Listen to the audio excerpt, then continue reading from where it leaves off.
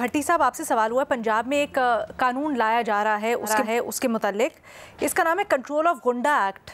इसका मकसद बताया जा रहा है कि बदमाशों और समाज के दुश्मन लोगों को काबू में लाना है।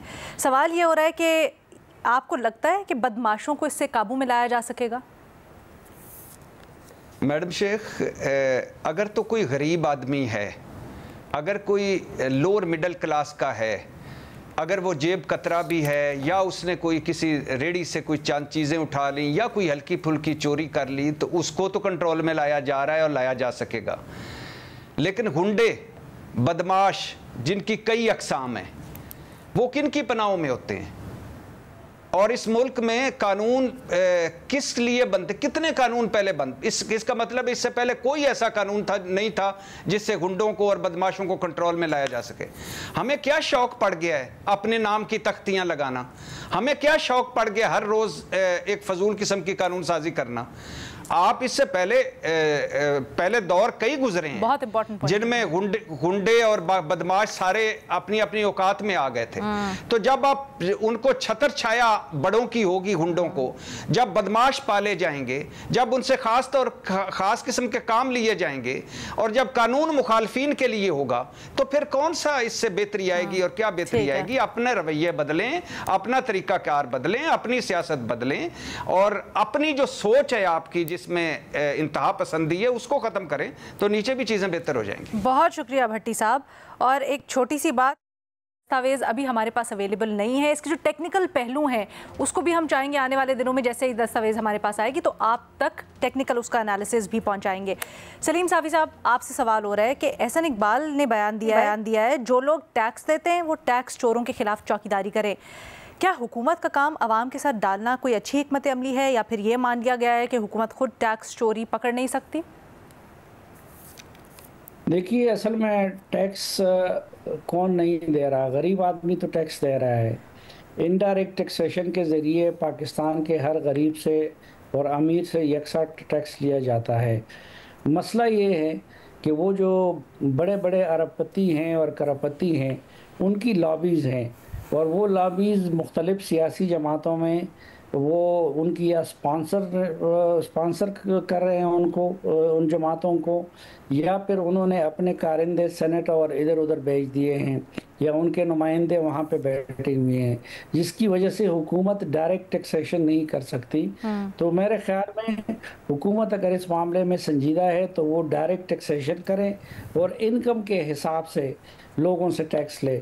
और अगर ये हुकूमत और उसकी मुख्तलिफ जमातें इसी तरह मुख्तलिफ माफियाज की यरगमाल रहेंगी तो पाकिस्तान में कभी भी सही मानों में टैक्स इकट्ठा नहीं किया जा सके। जरदारी साहब ने बिलावल को वजारत उज़्मा के कैंडिडेट के तौर पर पेश किया है। महमल, आपसे सवाल हो रहा है कि क्या ये मौरूसी सियासत को बढ़ावा देना है, इस तसलसल को मजबूत बनाने की कोशिश है, या कोई अच्छा ऑप्शन है बिलावल आपके ख्याल में? देखिए, पहली चीज़ तो ये है कि अगर आप पीपल्स पार्टी के माजी करीब देखें, यानी 2008 में जब उनकी हुकूमत आई थी तो कोई भुट्टो या जरदारी तो प्राइम मिनिस्टर नहीं बना था। यूसुफ रजा गिलानी साहब थे और फिर उसके बाद राजा परवेज अशरफ साहब थे। फिर आप उनकी अगर 4 हुकूमतें सिंध के अंदर भी देख लें तो उसमें भी कोई भुट्टो या जरदारी जो है वो तो चीफ मिनिस्टर नहीं बने, दूसरे ही लोग जो उनकी फैमिली के नहीं है वो चीफ मिनिस्टर बने। आप अगर नून लीग को भी देखें तो शाहिद खाकान अब्बासी साहब भी जो है वो भी वज़ीर आज़म बने थे जब मियां नवाज शरीफ साहब को निकाला गया था।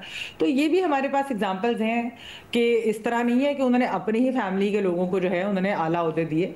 और वैसे भी देखें, डोमेस्टिक पॉलिटिक्स के ऊपर हम एक लंबी बहस हो सकती है इसके ऊपर कि इसमें क्या बुराइयां हैं और क्या ये पाकिस्तान के कॉन्टेक्स्ट के अंदर भी ये किस तरह कई दफा ऐसा होता है कि ज़रूरी हो जाता है कि लॉयल्टी जो है फैमिली की वो डिफरेंट होती है फ्रॉम अदर पार्टी मेंबर्स। तो एक ये चीज़ भी हो सकती है। इस पॉइंट ऑफ टाइम में बिलावल साहब को पिच करना वो आपको कैसा लग रहा है? अलीना, देखिए अलीना, बात यह है कि पीपल्स पार्टी तो यही कहेगी कि उनके कैंडिडेट बिलावल भुट्टो साहब है। बिलावल भुट्टो साहब has also work his way up in the sense कि आप देखें कि बड़े अच्छे फॉरेन मिनिस्टर थे, अभी भी जिस तरह वो हमारी डेलीगेशन को लीड करेंगे डिप्लोमेसी के लिए, एग्रेसिव डिप्लोमेसी जो हम कर रहे हैं, तो उन्होंने आहिस्ता आहिस्ता वो उसका तजर्बा भी उनका बढ़ रहा है। फिर जब भी पीपल्स पार्टी की गवर्नमेंट, हमें तो नहीं पता कब आएगी कब नहीं आएगी, तो अगर वो पीपल्स पार्टी के लिए तो वो एक अच्छा ऑप्शन है। ठीक है, थैंक यू सो मच मेहमन। आगे बढ़ते हैं, उमर चीमा साहब से जल्दी से सवाल करते हैं, वक्त बड़ा कम रह गया है। आपसे क्रिप्टो करेंसी से मुतालिक सवाल हो रहा है। चीमा साहब पूछ रहे हैं, ये जो बिटकॉइन माइनिंग और AI सेंटर्स के लिए 2000 मेगावाट बिजली मुख्तस करने का फैसला हुआ है या ऐलान हुआ है,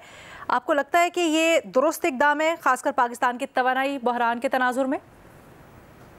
अलीना, अभी इस बयान में कुछ ज़्यादा वजाहत नहीं है, मुझे तो कोई आइडिया नहीं हो रहा कि ये 2000 मेगावाट का जो इन्होंने जिक्र किया है ये पर डे है या किस तरह से है। ये भूटान में बहुत ज़्यादा बिटकॉइन माइनिंग होती है और उधर 600 मेगावाट पर डे के हिसाब से वो अपना बिजली इस्तेमाल कर रहे होते हैं। उनके पास तो हर हाइड्रो रिसोर्सेज भी बहुत ज़्यादा हैं। और दूसरी बात ये है कि ये आपको 24 आवर चाहिए होती है, ये नहीं होता कि दरमियान में कोई आपको को बची खुची आप कहें जी कि चलें थोड़ी देर अभी हम माइनिंग कर लेते हैं, बाद में किसी और जगह पर ज़रूरत पड़ेगी। ये 24 आवर चलती है और 365 दिन चलती है। तो लिहाजा क्या इतनी ये मुख्तस कर पाएंगे और क्या इनका यही जो फर्नेस ऑयल के जरिए बनाएंगे या हाइड्रो की तरफ जाएंगे? और दूसरा ये जो माइनिंग है, क्या इसमें ये कोई इंटरनेशनल इन्वेस्टर ला रहे हैं या जो लोकल इन्वेस्टर हैं उनको अलाउ कर रहे हैं? तो अभी काफ़ी चीज़ें इसमें वजाहत तलब हैं, अभी अबहाम है।